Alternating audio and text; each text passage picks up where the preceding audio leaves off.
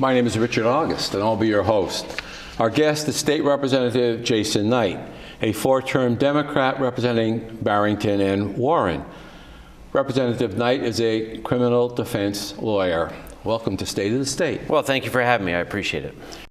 Representative Knight, you were a member of a delegation from the legislature invited to the White House to meet with Vice President Kamala Harris to discuss the newly created Office of Gun Violence Prevention, the mission of which, according to its website, is, and I'm going to quote, to end the scourge of gun violence in America. Tell us about that meeting and how the Biden administration intends, again I'm quoting, to end our nation's gun violence epidemic, as its press release says. How are they going to do this? Well, that was, the meeting was various elected officials, reps and senators from the assemblies, legislative bodies of not all 50 states. There were some states that weren't represented, but a good number came to the White House for to meet each other, to listen to Vice President Harris speak to us, but mostly to meet and greet and meet other legislators who were working on the issue and trade ideas. We broke off into some different working groups to cover different aspects of firearms legislation, and we talked to each other, and really just it was the beginning of a process. There will be more meetings down the road, and these working groups I think will come together. But the point is to think about best practices and trade those best practices to get good common sense firearm regulation on the books in all the states. Okay, so you said all the states were not represented at the meeting. That's right. I didn't personally take a head count, but as I looked around, for instance, I didn't see anyone from, I don't know, Texas. There might have been someone there. I just didn't see it. Okay. So the FBI annual report on violent crime, which it defines as murder, manslaughter, rape, robbery, and aggravated assault, for 2022, which is the most recent data that's available, shows that the rate of murder and manslaughter decreased by 6.1%. So why is gun violence reported as being of epidemic proportions? Well, because the number, I don't have the stats in front of me, but the overall speaking, the number of deaths and injuries due to firearms is going up, even if the overall murder rate might be coming down. We know that in states that have strong common sense firearm regulation, those states have a lower incidence of gun violence, deaths and injuries per capita than states that don't. We have an epidemic of mass shootings here in America, and we have a lot of guns, and they get used inappropriately, and there's a real movement out there to try to get at the source of the problem, which is keeping the firearms out of the hands of the wrong people. I think that's what you're seeing. The energy is around these days. We've always had firearms, and we've had relatively loose regulation of them, or little or no regulation of them historically. But there's this societal change that's been going on since I was a kid. When I recall seeing in the news about the very first workplace mass murder with a firearm. There might have been some beforehand, but when I was a kid, there was a post office shooter. I have a distinct memory of that. And it seems that that sort of event just happens more and more frequently as time goes on, which is why I think that you see the energy around the issue. Well, I guess, you're talking about the FBI report. It talks about criminal activity, and you're citing accidental shootings as well as criminal. When Suicide by firearm is a huge piece of the gun violence that goes on in America these days. It's sad and awful, and there's legislators out there at this working group that came together. They're working on trying to find solutions, not to cure, right? Nobody's going to cure, not with a country of over 300 million people and more firearms than that, but minimize. Is there a way they can take a little bite here or take a little bite there and reduce the number of deaths and casualties? You said, I think, that in states that had strict firearms regulation, that the incidence of gun violence is lower. And I would point, for example, to Illinois, which has extremely strict gun control legislation. Maryland, extremely strong. And yet you have cities like Chicago and Baltimore, which are obviously the Wild West, shooting gallery in those places, because they have multiple murders on weekends in those cities. And so I'm not sure what the relationship is between having strict firearms regulation and the gun violence itself. Well, I don't live in those places, but I do know that they have problems with being next to states where it's really easy to get your hands on a firearm, and then there's an illegal highway of firearms into cities like Chicago and Maryland. And if you look at all 50 states and you look at the data, you'll see that the per capita rate is lower. Even if there might be a couple of outliers here and there, but they're closely associated with states that have weak and lax firearm regulation. Okay, so let's get back, let's talk about Rhode Island. And what I call the holy grail of the gun control movement, at least for now, seems to be a ban on what is called assault weapons. And 10 states and the District of Columbia have presently banned them. This has been introduced in the Rhode Island General Assembly for several years, ever since the Sandy Hook school shooting in Connecticut. Representative Knight, you introduced the ban this year. So tell us what you mean by an assault weapon. Well, the bill defines an assault weapon as a semi-automatic shotgun, rifle, pistol that has certain characteristics. It's a one-feature test. If it has one of those features, then it would be an assault weapon underneath the bill, and it would be prohibited. Okay, so I have a replica here of one, and we can kind of go through it so people can understand what we're talking about. Sure. So this, you would agree, represents what would be commonly called an AR-15 type rifle, correct? An AR-style rifle, sure. AR-style rifle. Okay, so the bills, the criteria that are cited in the bill is a flash suppressor, a barrel shroud, if you will, a collapsible stock, which means the stock can be adjusted back and forth a bit, a pistol grip that protrudes down here, a grenade launcher, which is kind of ironic because grenade launchers are already illegal, and I think the Legislative Counsel's office probably just sticks that in there because it's been in there forever. I think it was part of the original federal ban back in the 90s. Exactly. And then I think this might be what they call a bayonet lug, a way to attach a bayonet. So any one of these features on a semi-automatic rifle or shotgun, as you said, would render it an assault weapon under this bill. Yeah, and there's a couple other definitions about how the weapon is fed with ammunition, but generally speaking. I'm sorry, detachable, excuse me, detachable magazine. You're absolutely right. That's another one. So any one of those features would, okay. So in 2019, we had on this program then State Police Colonel Jim Manny, who was a co-chair of Governor Raimondo's working group on gun safety.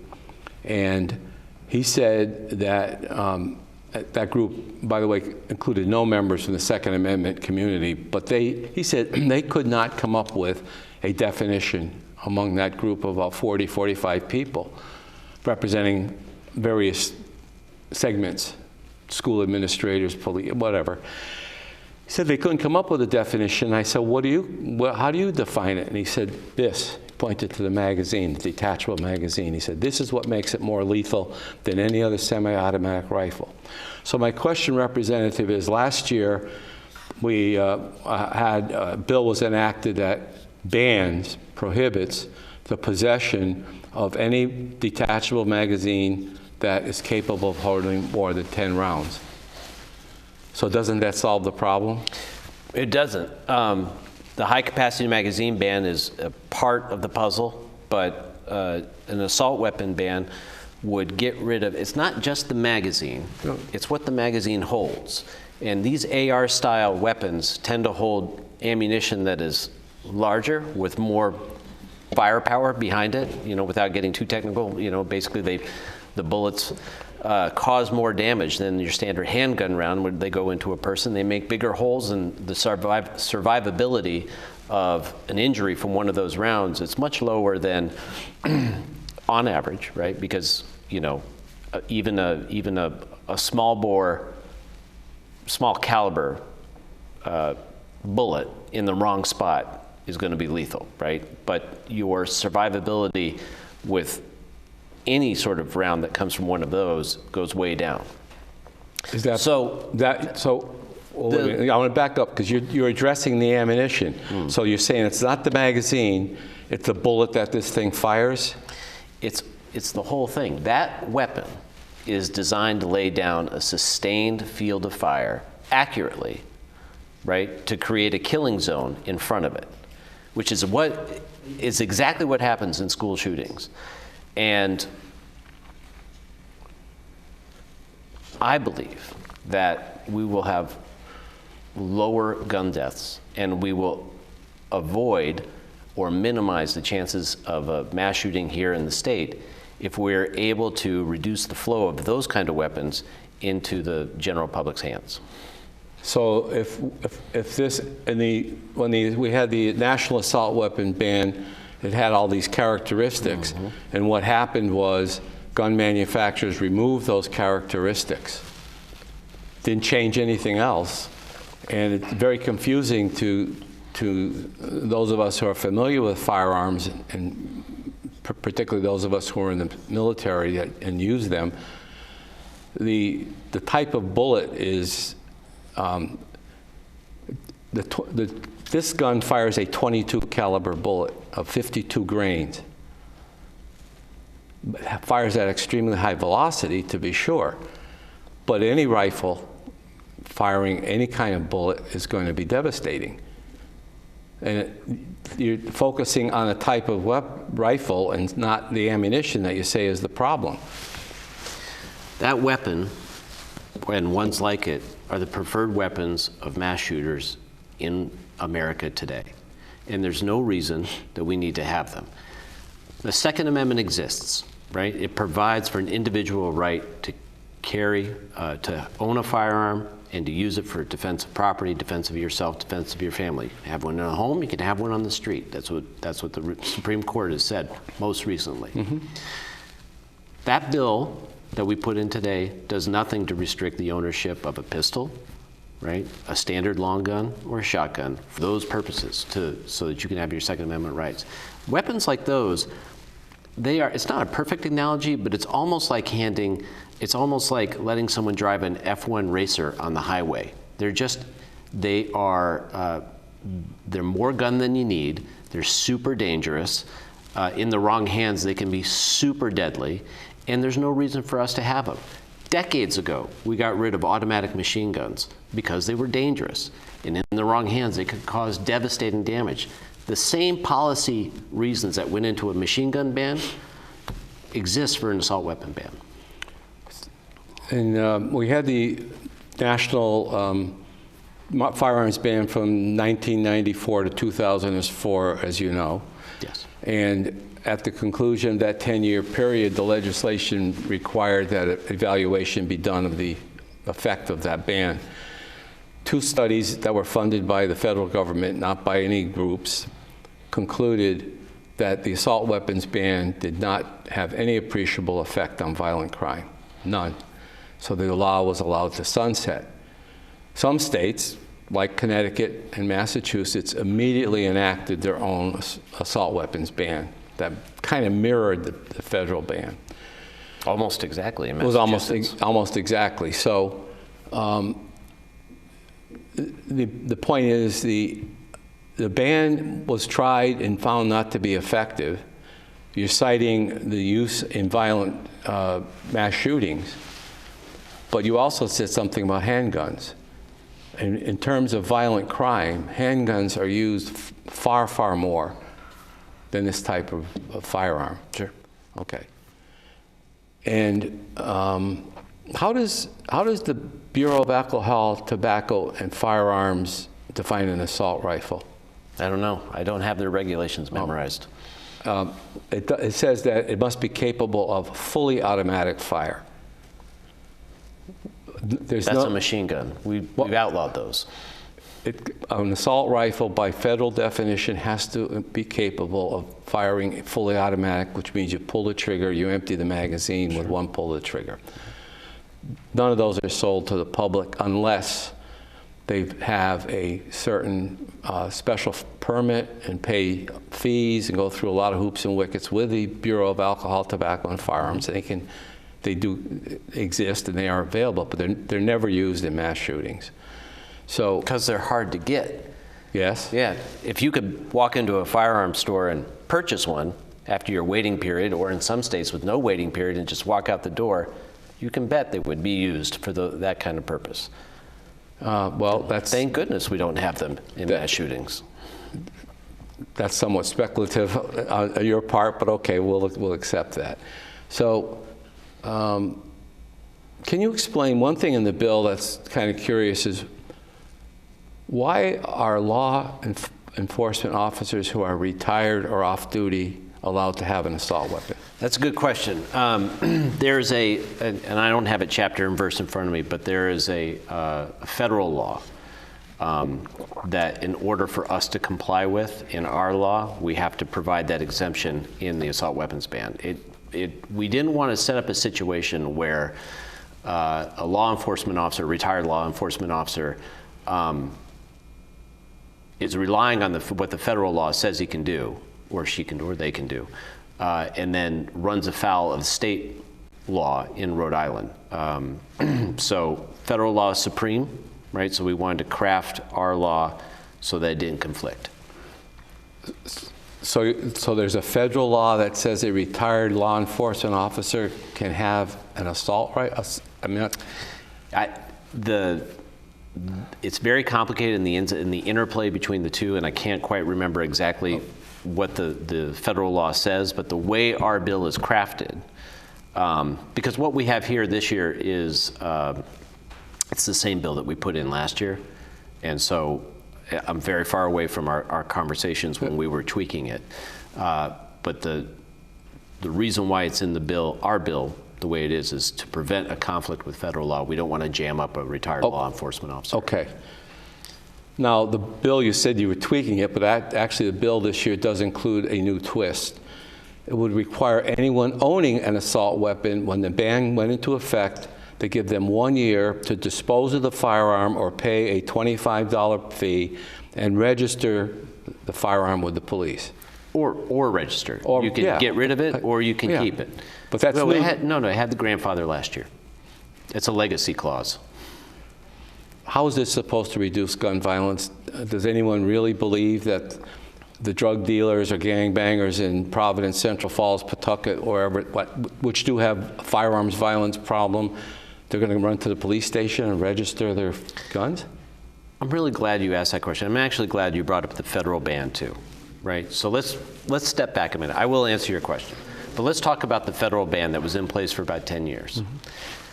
I am of the belief, like, this is not, well, no firearms regulation is going to instantly do the trick, right? It's going to solve gun violence in America. There's no bill out there that is going to cure everything and make all this bad situation go away.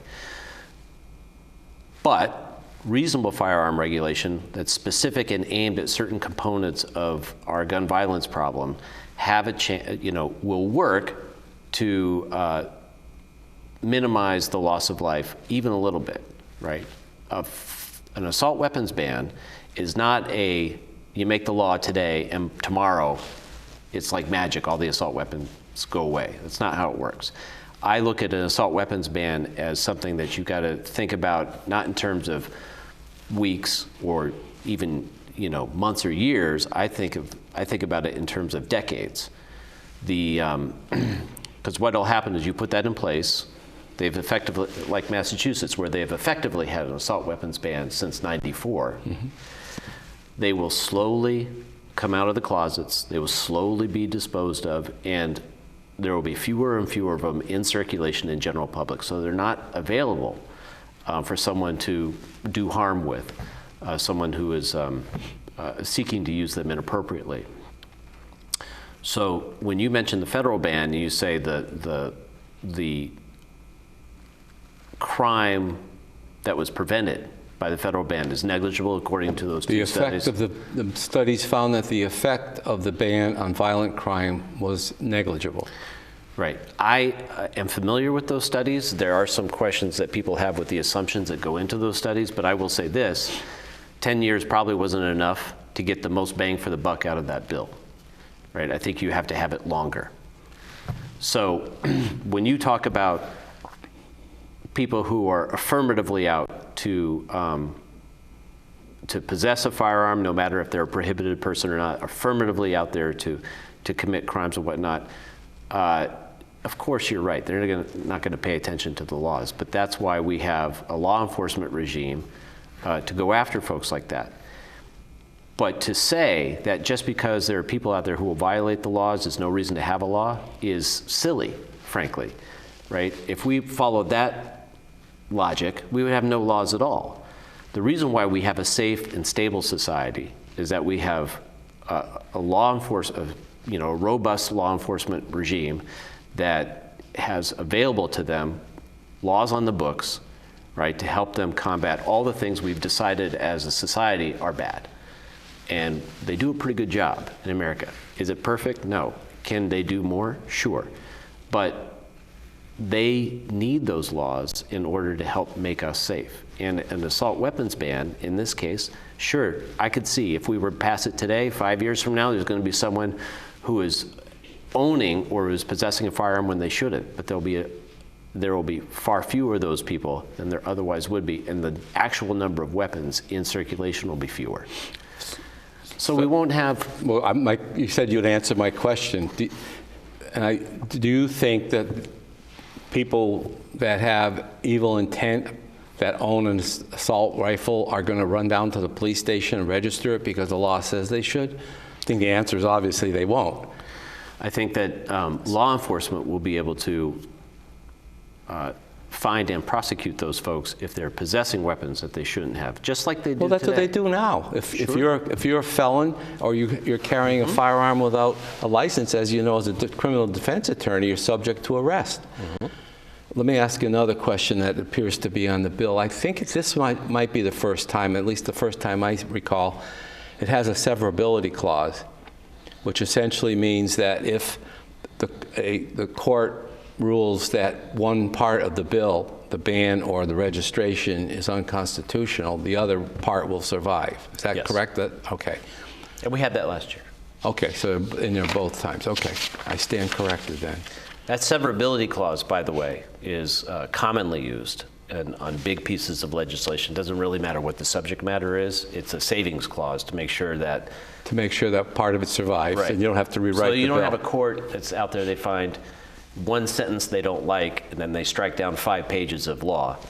They can strike out the sentence, and the rest of it stays. Let's talk about House Bill 7269, which limits the number of guns a person can purchase to 1 every 30 days. How is this supposed to reduce gun violence, stop mass shootings, or do bad guys committing crimes carry more than one firearm to the crime? I will point you to the story of Mr. Anderchuk, who was recently prosecuted in United States federal court in Rhode Island, who had amassed over just a short period of time well over 100 weapons, close to 200 weapons. That bill that is sponsored by Representative Boylan, the other rep from Barrington, is an anti-stockpiling bill. It's designed to prevent people from purchasing a bunch of weapons all at the same time, stockpiling them, or buying them for resale to prohibited persons. Who's going to keep track of it? I don't know the provisions of the bill right off the top of my head. Well, but I'm not. If someone goes into a gun dealer in Warwick and buys a gun, and then down the street into Woonsocket up the street and buys a gun, who's going to keep track of how many they're buying every month? I don't know. What does the bill say? I don't know. You're a co-sponsor. Right. I didn't see anything in the bill. I don't have the bill memorized. Okay. I did not see anything in the bill that dealt with that. But I imagine, like most of our firearms regulations, the people who are entrusted with carrying that stuff out, Rhode Island State Police, Rhode Island Office of Attorney General, and local police departments? Well, they're not going to have any way of knowing unless they're going to compile gun statistics from all the gun dealers in the state. That doesn't even make sense. What's wrong with compiling gun statistics? Who's going to do it, sir? I mean, you say the devil's in the details. Sure. But these sound very great until somebody says, how do we put it in effect? What happens when you go down to the store to a firearms dealer here in the state of Rhode Island, right? And you want to buy a weapon? Mm-hmm. What happens? You fill out a background check form. Correct. Right. And where does it go? It goes to the police department where the dealer is located and to your home of residence. And to the AG's office, right? No, well, the AG's office isn't keeping track of it because we had a former Attorney General, Peter Nerone, here, and he said they weren't keeping track of it. So, but they could. They could see who's buying what every 30 or 60 days, prevent stockpiling. Which I know a lot of people don't like. It's a controversial idea, but when we talk about, sorry, I don't want to talk over you. No, I'm sorry. Well, I mean, this just seems to be another, like a feel-good thing because we had a case in the state where somebody who shouldn't have had a lot of any guns, probably amassed a whole bunch of them. But then you're really saying that if someone is a collector, that somehow that's a nefarious thing to be collector of guns. I don't think it's nefarious at all. I grew up. How many can anybody own? I grew up, and a friend of my father's was a serious firearms collector, and he had a very impressive collection. It just limits your ability to purchase to one every 30 days to prevent those stockpiling issues that we talked about, and to prevent, guns purchased legally to be sold onto a gray market for firearms. It's one small measure designed to minimize the opportunities for people who, might do something wrong with the firearm that they shouldn't do. Just like we have laws against straw purchasers. We have laws against domestic abusers from possessing and owning firearms. We have a red flag law. Those laws don't touch on every aspect of gun ownership. They don't touch on every aspect of, the gun violence problem.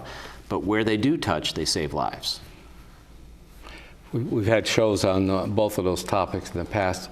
We only have 1 minute left. And Are we down 29 minutes already? Yes, we have.